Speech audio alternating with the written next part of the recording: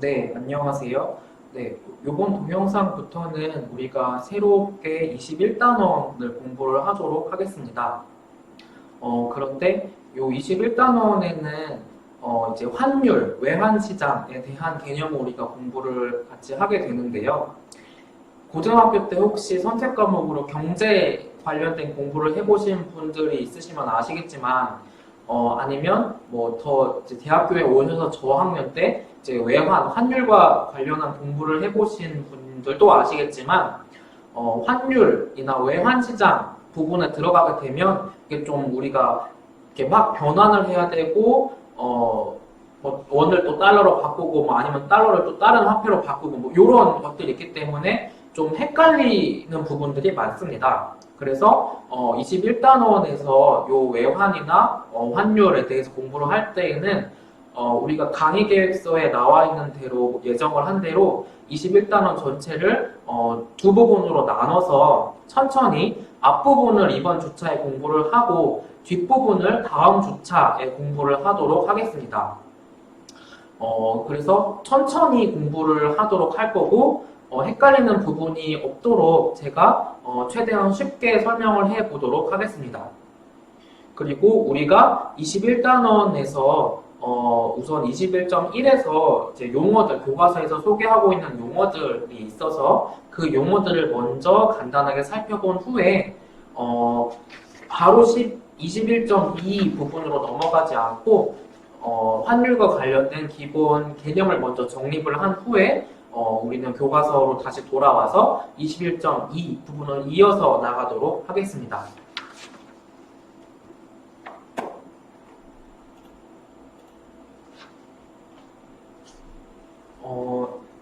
이렇게 첫 번째로 부분 21.1 부분을 보시면 전문 용어들이라고 해서 몇 가지 용어들이 나와 있습니다.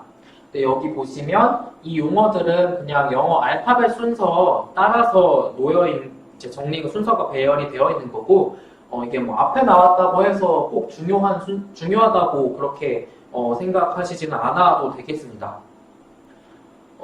첫 번째로 나와 있는 부분은 미국 예탁 증서라는 금융 상품이 나와 있는데 이곳은 지금 첫 번째 점에 있는 설명을 보시면 주식을 대신하는 증서를 미국에서 발행해서 투자자들이 그거에 대해서 투자할 수 있도록 하는 것이 되겠습니다. 쉽게 생각을 하시면 우리나라에 있는 회사가 미국 주식시장에 직접 상장을 할 수도 있겠지만 그렇게 할 수 없거나 아니면 그렇게 하기가 굉장히 힘든 경우가 많기 때문에 그 주식을 대신하는 증서를 미국에 유통시켜서 그 증서에 투자자들이 투자할 수 있도록 하는 것이 미국 예탁 증서, 미국 시장에 유통시키는 것이 미국 예탁 증서 ADR이 되겠습니다. 이렇게 간단하게 ADR이 무엇인지에 대해서 이제 아시면 되겠고요. 두 번째로는 재정환율이라고 하는데 지금 보시면 두 나라 통화 간의 묵시적 환율을 재정환율, 크로스 레이트라고 표시하고 있습니다. 이거는 뭐냐면 해외 여행을 가기 위해서 우리가 은행에 가서 환전을 해보신 경험들이 있으시잖아요. 그러면 내가 만약에 일본 여행을 가려고 해. 그러면 원화를 내고 내가 가진 원화를 주고 엔화를 받죠. 그렇지 않고 내가 중국 여행을 가려고 해. 그러면 내가 가진 원화를 주고 반대로 중국 위안화로 은행에서 바꾸죠. 그러면 우리는 마치 원화랑 엔화 아니면 원화랑 중국 위안화가 바로 이렇게 바뀌는 것처럼 우리는 착각을 할 수 있는데 사실은 그렇지 않고 전 세계의 기축통화인 달러가 그 사이에 생략이 되어 있다라는 것입니다. 즉 다시 말하면 우리나라 원화를 달러로 바꿨다가 그 달러를 다시 엔화로 바꿔야 원화를 일본 엔화로 바꿀 수 있는 것이고 두 번째 중국 위안화로 바꾼다고 하면 원화를 미국 달러로 우선 바꿨다가 그 다음에 미국 달러를 다시 중국 위안화로 바꾸는 과정, 그러니까 중간에 달러가 무조건 있어야 되는데 생략이 되어 있는 것이다 라고 생각을 하시면 되겠습니다. 이제 그런 게 재정 환율이라고 하고, 우리나라 원화는 안타깝게도 기축통화가 아니기 때문에 무조건 달러를 끼고, 이제 다른 통화로 바꿀 때, 달러를 통해서 교환을 하게 되겠습니다. 요 재정 환율에 대해서는 우리가 21.2 부분에서 이제 이 재정 환율을 가지고 확장하는 공부를 해볼 테니까 그때 또 요 재정 환율에 대해서는 말씀드리도록 하겠습니다. 그리고 우리 넘어가서 네 번째로 나오는 유로 통화를 먼저 말씀드리도록 하겠습니다. 요거는 뭐냐면 통화 발행국 이외에 있는 지역에 있는 통화라고 생각을 하시면 되는데, 미국 달러를 예로 들면 가장 쉽습니다.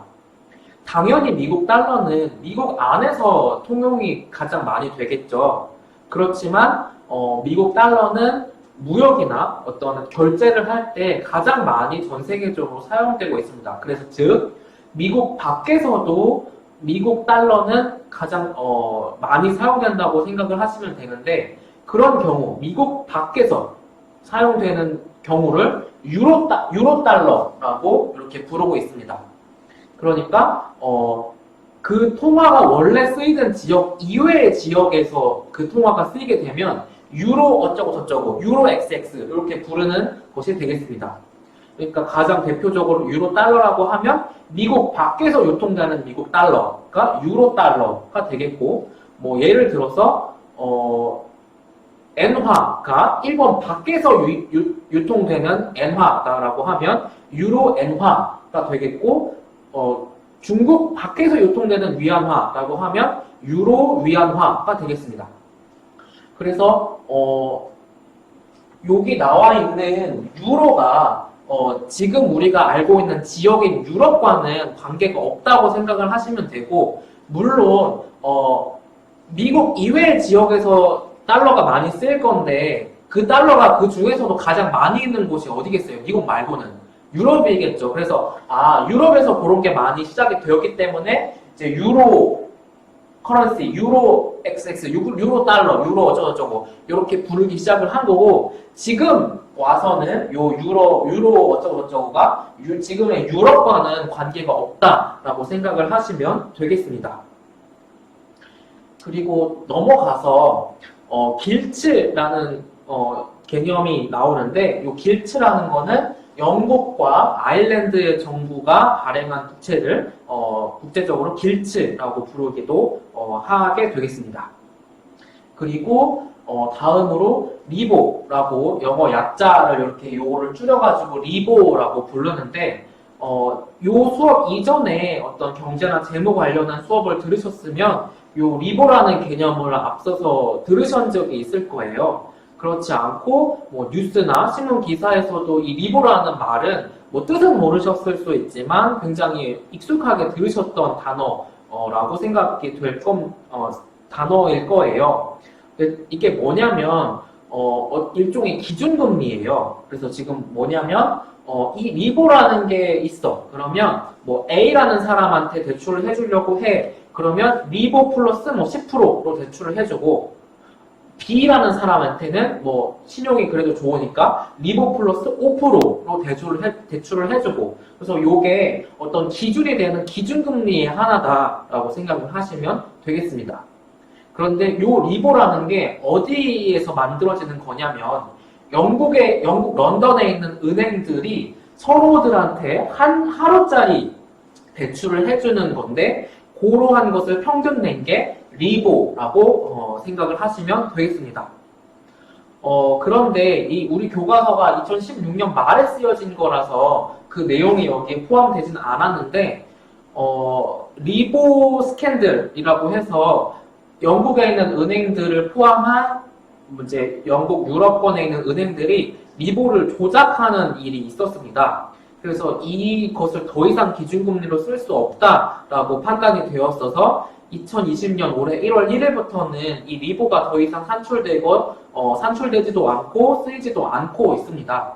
그래서 그 내용은 우리 교과서에는 없는데 어쨌든 리보라는 그런 개념이 있고 이게 기준금리의 일종이구나 라고 생각을 하시면 되겠습니다. 그리고 여기 나와 있는 수압이라는 것은 우리가 제가 전에 라디오를 하나 소개해드리면서 4월 중순쯤에 우리나라가 미국 연준하고 달러 수합을 맺었다. 그런데 그 직전에 굉장히 우리나라 주식시장이 많이 빠졌었고 환율은 엄청 올랐었고 그래서 수합을 미국 연준과 우리나라 하느니 수합을 맺고 난 후에 달러도 조금 안정이 되었고 주식시장도 조금 안정이 되었고 여기서 안정되었다는 말은 주식시장은 급락이 멈췄고 환율은 급등이 멈췄죠. 그래서 그때 수합을 미리 말씀드린 적이 있습니다.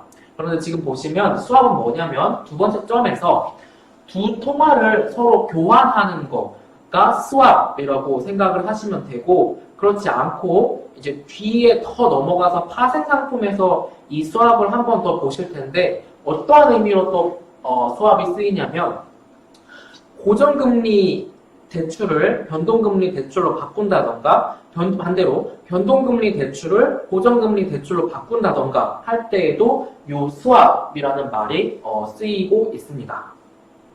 그리고 앞으로 넘어와서 제가 유로본드와 외국 채권 두 가지를 남겨놓고 설명을 먼저 드렸는데요. 설명을 조금 주의 깊게 보시면 이 유로본드와 외국 채권은 서로 비슷한 듯 하면서도 약간 차이가 있는 모습을 보실 수 있을 것입니다. 뭐냐면 유로본드는 여러 나라에서 발행되는 채권이긴 한데 보통 발행인의 국가 통화로 표시되는 발행되는 채권이 유로본드라고 하고 나와 있고 반대로 외국 채권은 뭐냐면 발행되는 해외 국가의 통화로 표시되는 채권이 외국 채권, foreign bond라고 나와 있습니다. 그래서 설명 자체만 보면 이게 약간 서로 다른 것 같기도 하고 같은 것 같기도 한데 이렇게 예를 들어 말씀드리면 이렇습니다. 여기 지금 나와 있지 않은 예라서 제가 칠판에 써서 말씀을 드리면 자, 외국 기업이든 우리나라 기업이든 외국 기업이든 우리나라 기업이든 국내에서 한반도에서 달러로 채권을 발행을 하게 되면 그때에는 유로본드가 되겠습니다. 그러니까 우리나라 회사든 외국 회사든 우리나라 안에서 외화, 쉽게 생각하면 미국 달러로 채권을 발행을 하는 거야. 이유는 모르겠지만 그냥 우리나라 회사인데 원화로 채권 발행 안 하고 굳이 그냥 뭐 달러가 필요한가 봐. 외국 가서 수합하려고. 그래서 달러로 채권을 발행한다. 미국 달러로. 그럴 때는 유로 통화, 유로본드가 되겠습니다.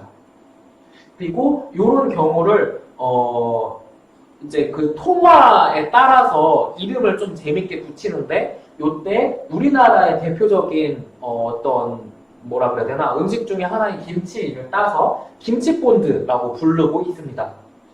그리고 두 번째 케이스 외국 회사가 우리나라에 들어와서 사업을 하려고 원화로 채권을 발행을 한다고 치자. 그러면 그러한 경우에는 이제 외국 회사 입장에서 한국은 외국이잖아요.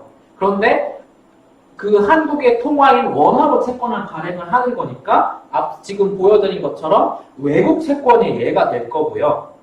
이 경우에는 또 우리나라의 대표적인 문화 중에 하나인 즉 음악 중에 하나 전통 음악 중에 하나인 아리랑을 따서 아리랑 본드다라고 부르고 있습니다.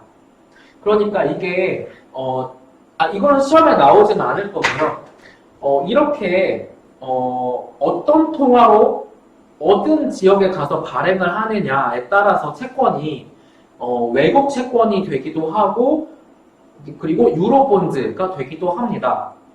그래서 외국 채권의 경우에는 미국에 가서 발행을 하게 되면 이거를 양키본드라고 이거는 무슨 비하하는 표현이 아니라 국제적으로 그렇게 부르고 있거든요. 양키본드라고 부르고 일본 가서 발행하는 채권을 사무라이 채권, 그리고 홍콩 가서 발행하는 채권을 김서본드라고 부르고 있습니다.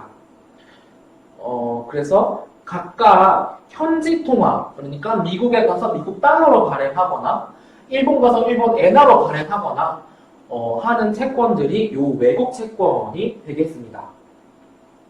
그리고 앞서서 설명드린 유로본드는 그 나라에 갔지만 그 나라 통화가 아니라 다른 제3의 통화로 발행을 하게 되면 이제 그게 유로본드가 되겠습니다.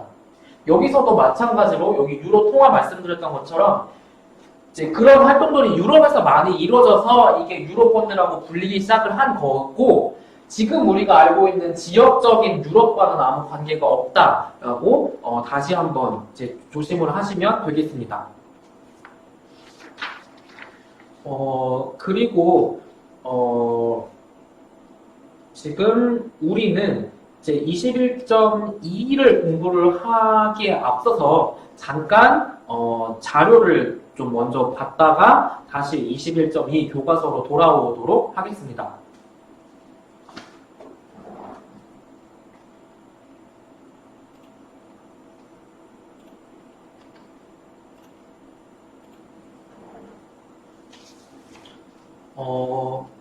앞서서 말씀드린 것처럼 이제 환율, 이 외환시장 부분이 들어가게 되면 이게 조금 헷갈린단 말이에요. 이제 까딱 그 동영상을 보시다가 잠깐 놓치면 이게 안드로메다 바로 간단 말이에요. 그러니까 이거를 찬찬히 설명을 제가 이제 시작을 할 테니까 조금 집중을 해서 봐주시면 감사하겠습니다. 이 부분은 저도 이제 공부를 할 때에, 예전에 공부를 할 때에, 이제 이 환율하고 외환시장 부분이 나오면은 이제 어렵게 느껴졌던 부분이에요. 어려워했던 부분이에요. 그래서, 천천히, 저도 그때 생각이 나서 천천히 설명을 드리고, 쉽게 설명을 드리려고 할 테니까, 꼭, 한번, 그, 동영상에만 한번 집중을 해서 하셔서 따라오셨으면 좋겠습니다. 자, 보시면, 이제 우리가 뉴스나 아니면 TV에서 환율이라는 말을 많이 그냥 의심 없이 많이 듣는데, 우선 그 뜻을 한번 되짚어보고 넘어가 보도록 할게요. 환율이라는 거는 뭐냐면 한 화폐와 다른 화폐의 교환 비율을 환율이라고 합니다. 그래서 예를 들어 보시면 이래요. 우리나라 사람이 미국산 자동차를 수입을 해온다거나 아니면 미국에 가서 여행을 하려고 해. 그러면 우리가 가진 원화를 미국 달러로 바꿔야 되겠죠. 반대로 미국 여행을 하고 온 사람이 달러가 남았어. 그러면 여기서는 지금 일본에 가서 쓰려고 해. 그러면 그 달러를 다시 엔화로 바꿔야 돼. 그래서 여기서는 원화랑 미국 달러, 여기서는 달러랑 일본 엔화, 이런 교환 비율이 생기게 되는 것이고, 그 교환 비율이 환율이라고 우리는 부르고 있습니다.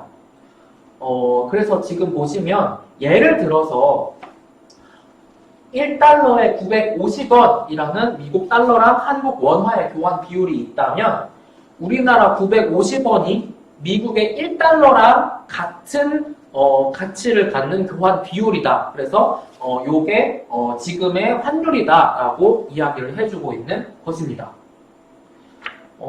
그리고 이어서 보시면 1달러에 950원이라는 환율이 있다고 치자. 그러면 미국 돈 1달러랑 우리나라 950원이랑 같은 가치를 갖는다라는 거예요. 그래서 이거를 우리는 1달러에 950원이라고 표시를 했지만 요거를 이렇게 나누기를 해서 950분의 1달러가 1원이다 라고 우리나라 1원을 기준으로 이렇게 표시를 할 수도 있겠죠. 우선 여기까지만 하고 이 부분에 대해서는 다시 또 다음에 이어서 설명을 드리도록 하겠고, 만약에 1달러에서 950원이었던 환율이 1달러에 1000원으로 올랐다고 하자. 자, 지금부터는 자 집중해 주세요. 자, 보시면 원래는 1달러에 950원. 우리나라 돈 950원만 갖다 주면 1달러를 받을 수 있었는데 이게 경제 상황이 조금 안 좋아져서 1000원을 갖다 줘야 1달러를 받을 수 있는 상황이 되었다고 하자. 그러면 같은 1달러를 얻기 위해서 그 전보다 돈을 더 갖다 줘야 같은 1달러를 얻는 거니까 그만큼 우리나라 돈의 가치는 떨어진 것이고 상대적으로 미국 달러의 가치는 상승한 게 되겠습니다. 예를 들어서 1달러짜리 볼펜을 미국에서 내가 사려고 한다. 그러면 요 환율일 때에는 내가 우리나라 돈 950원 갖다 주면 1달러짜리 볼펜을 살 수가 있었겠죠. 그런데 요 환율로 갑자기 바뀌었네? 그때 볼펜은 1달러로 달러로 표시되어 있잖아. 그러면 나는 그 전보다 50원이 더 늘어난 1000원을 갖다 줘야 그 볼펜 1달러짜리를 내 손에 넣을 수 있는 게 되겠습니다. 그렇기 때문에 이렇게 환율이 달러당 원의 환율이 오르게 되면 더 많은 원화를 갖다 줘야 되는 거기 때문에 환율이 오른다라고 하는 것은 우리나라 원화의 가치가 떨어졌다. 상대적으로 미국 달러의 가치가 올랐다라고 이제 생각을 하시면 되겠습니다. 그리고 앞서서 말씀드린 것처럼 이거를 1달러를 기준으로 우리나라 950원 이렇게 표시를 하는 방법이 자국통화 표시법이에요. 그러니까 1달러가 950원이에요 라고 이렇게 말을 하면 이거는 자국통화 표시법이고 그렇지 않고 우리나라 1원을 기준으로 달러를 바꿔서 표시를 하는 1원은 950분의 1달러예요 라고 하면 이것은 외국통화 표시법이 되겠습니다. 그런데 뭐 보시면 아시겠지만 이 방법은 거의 보신 적이 없을 거예요. 그래서 이렇게 1달러를 950원이라고 표시하는 방법이 자국통화 표시법이라고 하는 거고 이건 우리 교과서에도 지금 뒤에 다시 나올 거여서 또 말씀드리도록 할 거고요. 이 표시법을 주로 보셨었죠. 그쵸? 그래서 요 자국통화 표시법이 주로 많이 쓰이게 되겠다라고 하는 거고요. 근데 미국에서는 요 방법을 많이 쓰겠죠. 그쵸? 네, 그래서 이렇게 되는 거고요. 다시 한번 요 단락을 통해서 환율이 오른다는 거랑 원달러 환율이 오른다는 거랑 환율이 떨어진다는 거의 의미가 뭔지를 생각을 해볼게요. 지금 보시면 만약에 아까 1달러에 950원이었다가 1달러에 1000원이 됐어. 우리는 더 극단적인 거를 가정을 해서 1000원이었던 게 2000원이 됐다고 하자. 그러면 환율이 이렇게 오른 거죠.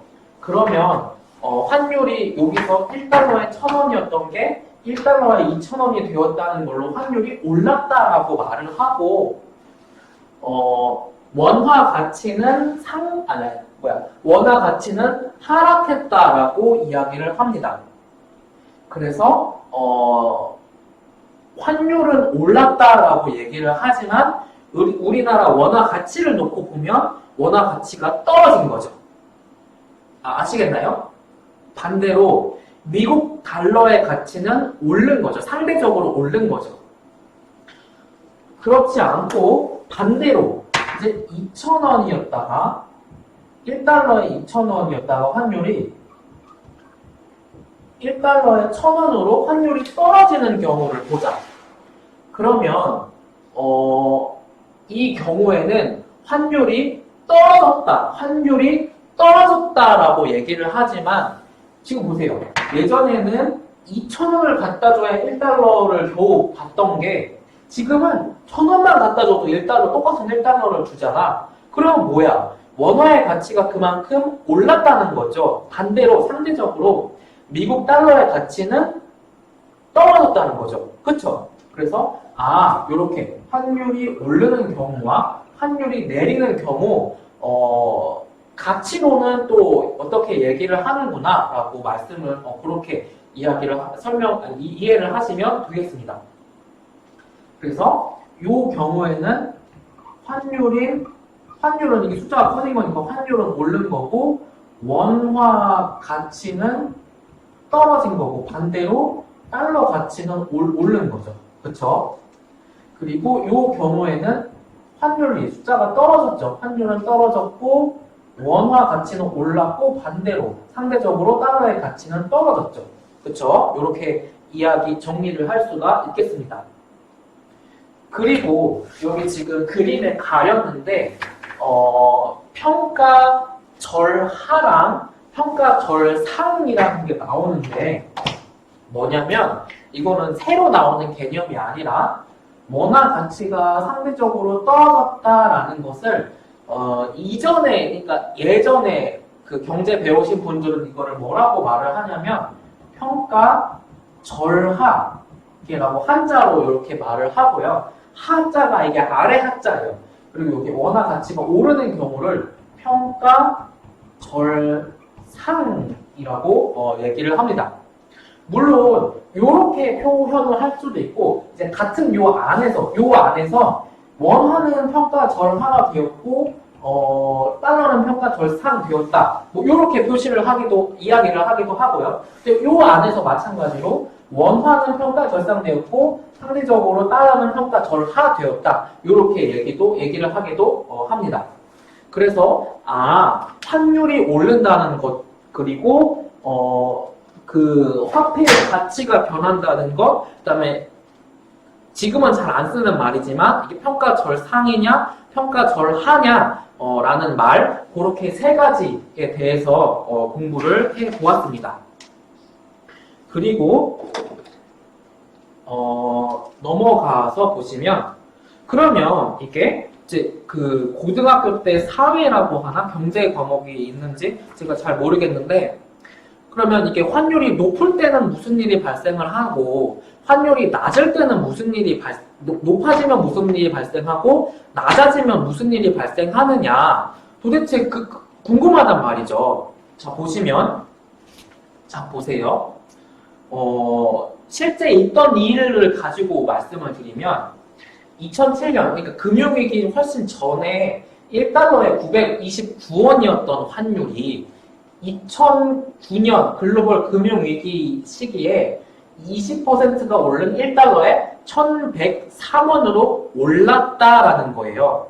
그러니까 요 2007년에서 글로벌 금융위기가 되면서 우리나라 원화, 예전에는 929원을 주면 1달러로 바꿔주던 것을 지금은 1103원이나 줘야 1달러로 바꿔주는 걸로 바뀌었으니까 환율은 오른 거고 원화 가치는 떨어진 거고 상대적으로 달러의 가치가 오른 거죠. 예전에 쓰이던 이 평가 어쩌고 저쩌고로 말을 하면 원화 가치는 평가절하가 된 거죠. 그쵸? 그래서 이렇게 2008년, 2009년 글로벌 금융위기 때는 이렇게 환율이 이렇게 오르는 일이 있었구나 라고 이제 여기에서 보여주고 있겠습니다. 그리고 이 부분을 통해서 보시면 달러도 결국은 수요 공급이에요. 제가 4월 중반에 그 한국은행과 미국 연준의 통화 수합 이야기를 전해드리면서 외국인들이 우리나라에서 주식이나 채권을 막 팔고 자기 나라로 나갈 때 뭘로 나간다? 무슨 통화로 나간다? 결국은 달러로 다 바꿔서 나가게 된다. 그래서 우리나라에 있던 달러가 다 빠져나가게 되는 것이다. 그래서 달러가 공급은 그대로인데 수요가 막 늘으니까 달러 값이 올라가니까 환율이 막 오르게 되는 것이다. 라고 그 인터뷰에 나왔던 분이 그런 설명을 하셨었거든요. 그래서 지금 보시면 그때도 지금이랑 그때랑 비슷하게 국내 주식시장 그리고 채권시장에서 외국인들이 국내 주식, 국내 채권을 갖고 있다가 팔고서 나갈 때 원화로 갖고 나가야 이거 쓸모가 없잖아. 그러니까 달러로 바꿔서 나간단 말이야. 그리고 바꾼 달러를 다시 자기 땅에 가서 미국이 아니면 자기 나라 화폐로 또 바꾼단 말이에요. 그래서 달러가 우리나라 시장에서 다 빠져나가게 되니까 환율이 확 뛰게 되었던 것이고, 그때나 지금이나 경제가 안 좋으니까 이런 현상이 발생하게 되는 것입니다. 그리고 우리는 잠깐 순서를 바꿔서 그러면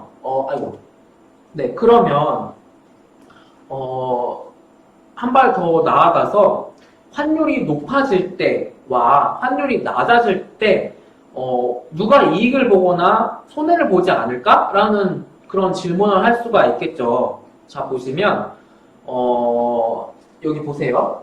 한국에서 2천만 원인 자동차가 있다고 쳐요. 그 차를 그 차가 2천만 원인 자동차가 있다. 그런데 환율이 1달러에 1,000원이야. 그러면 이거를 2천만 원을 달러로 환산을 하면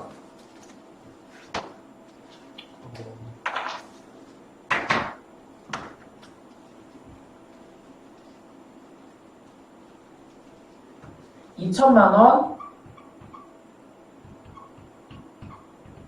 곱하기 1달러에 1,000원. 근데 여기가 원이니까 여기를 곱하기가 하는 게 아니고 여기를 나누게 되면 2,000 나누기 1,000 하면 2만 달러가 이렇게 되는 거죠. 그래서 $1 환율이 1달러에 1,000원일 때는 이 자동차의 달러 가격은 2만 달러가 돼요. 그런데 환율이 갑자기 올라서 1달러가 1,200원으로 돼버렸네. 즉 예전에는 1,000원만 갖다 주면 1달러를 주던 게 이제는 올라서 1,200원을 갖다 줘야 1달러를 줘. 그런 상황으로 환율이 올랐어. 그러면 이 똑같은 2천만 원짜리 자동차를 달러로 환산을 해보면 떨어져서 16,666달러가 떨어지는 거야. 그러니까 이거를 외국 사람들, 미국의 사람들이 봤을 때 더 싸게 되는 거니까 이렇게 자동차를 우리나라에서 만들어서 수출하는 사람들은, 회사들은 뭐 현대차, 기아차 이런 회사들은 환율이 오르면 오를수록 유리한 거가 되겠죠. 환율이 오를수록 달러로 표시한 우리나라의 수출품의 가격이 떨어지니까 더 많이 살 테니까. 그러면 반대로 환율이 오르면 수입을 하는 사람들은 불리하겠죠.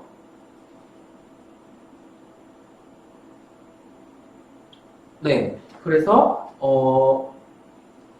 뭐냐면 같은 물건을 수입을 해 오더라도 환율이 20%가 올랐어. 그러면 이게 원화로 환산한 가격이 20% 비싸진단 말이에요. 재료를 외국에서 사오는데 환율이 1달러에 1,000원일 때에 비해서 1달러에 1,200원으로 20% 오르면 20%만큼 돈을 더 지불해야 같은 달러로 표시된 재료를, 원재료를 얻을 수 있는 거잖아요. 그러니까 환율이 오를 때에는 수입업자는 불리하게 되는 거죠.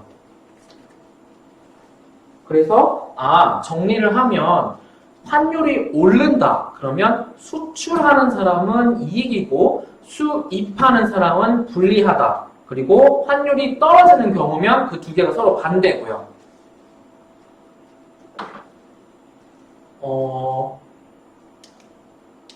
그런데 지금 그러면 보시면 여기 저희가 다 읽지는 않았는데, 그러면 수출하는 회사들이 우리나라에는 많으니까 그럼 무조건 고환율이 유리한 거냐 하면 또 그게 그렇게 떨어지지는 않는다라는 거죠. 왜?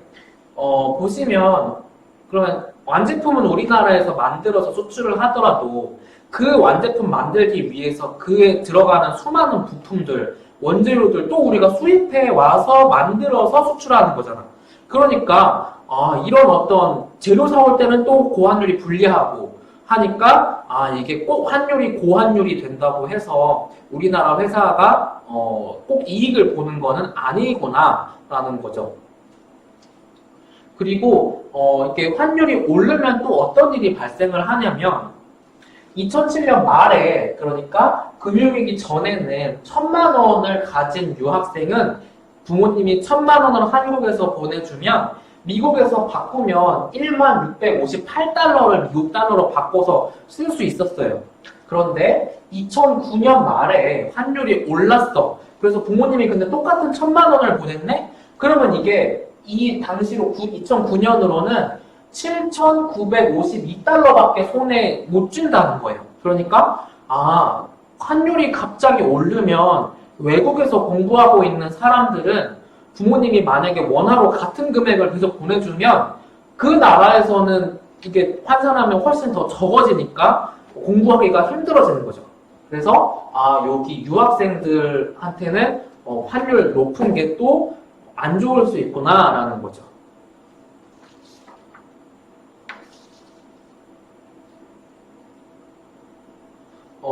그래서 요렇게 우리는 여기 몇 가지 자료를 보면서 환율이 오른다 아니면 내려간다 라는 거의 의미 그리고 그 환율이 오른다 아니면 내려간다 라는 거에 의미하는 거 속에 만약에 우리나라 원화랑 미국 달러를 비교하면 환율이 오른다라고 하는 거는 원화 가치는 떨어진다. 반대로 상대적으로 미국 달러 가치는 오른다라는 의미가 된다. 역으로 만약에 환율이 떨어지는 경우야. 그러면 원화 가치는 오르는 거고 미국 달러 가치는 상대적으로 떨어지는 거다라는 의미를 공부를 했습니다. 그리고 각각 환율이 올라갈 때에는 수출업자는 유리할 수 있겠지만 수입업자는 불리하다. 반대로 환율이 떨어지면 그 반대의 상황이 되는 거고 또 환율이 오르면 유학생들은 불리하고 환율이 떨어지면 유학생들은 반대로 유리하게 되겠죠. 그리고 환율이 여행에 대해서는 말을 하지 않았는데 뭐 이것도 마찬가지예요. 환율이 오르면 해외로 나가는 여행객이 줄고 유학생이 불리한 것처럼 그래서 환율이 또 내리면 또 반대의 경우가 또 발생을 하게 된다라는 것입니다. 그래서 우리가 교과서에는 나와 있지 않지만 환율이 오른다, 내린다, 그리고 화폐의 가치가 그때 어떻게 변한다는 것인지에 대해서 우선 사전 공부를 했습니다. 그러면 우리가 다시 교과서로 돌아가 보도록 할게요.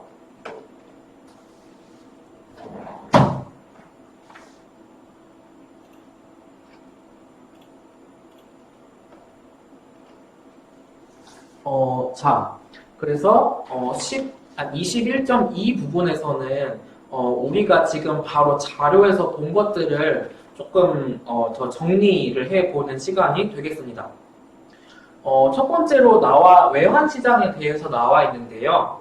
영어로는 이거를 Foreign Exchange Market이라고 환율이 Foreign Exchange Rate니까 그래서 Foreign Exchange Market이라고 말을 하는데 줄여서 Forex 마켓 혹은 더 줄여서 FX 마켓이라고 표현을 하기도 한다는 것입니다. 그리고 여기 첫 번째 점에 보시면 세계에서 가장 규모가 큰 금융시장이다 라고 나와 있고요.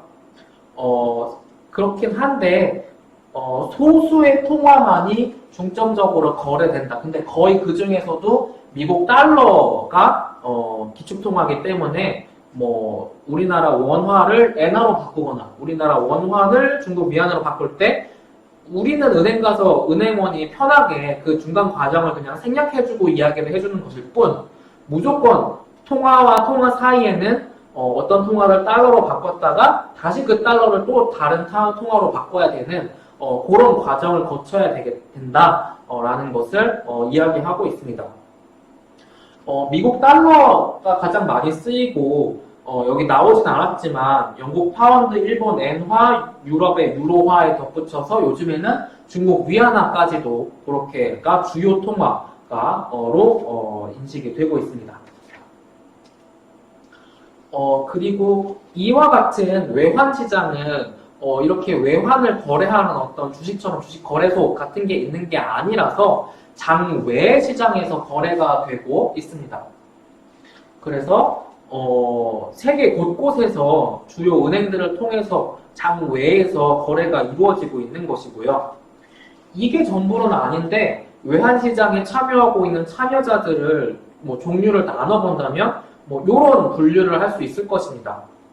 수입업자 있을 수 있고 수출업자도 있을 수 있고 아니면 채권 포트폴리오 매니저 아니면 그 중간에서 이걸 막 연결해주는 브로커, 외환 브로커라던가 아니면 마켓 메이커라던가 아니면 그 아비트리거 그러니까 혹은 스페큘레이터 해가지고 투기를 이제 노리는 투기업자 같은 이런 사람들이 외환 시장의 관계자들이라고 나와 있습니다.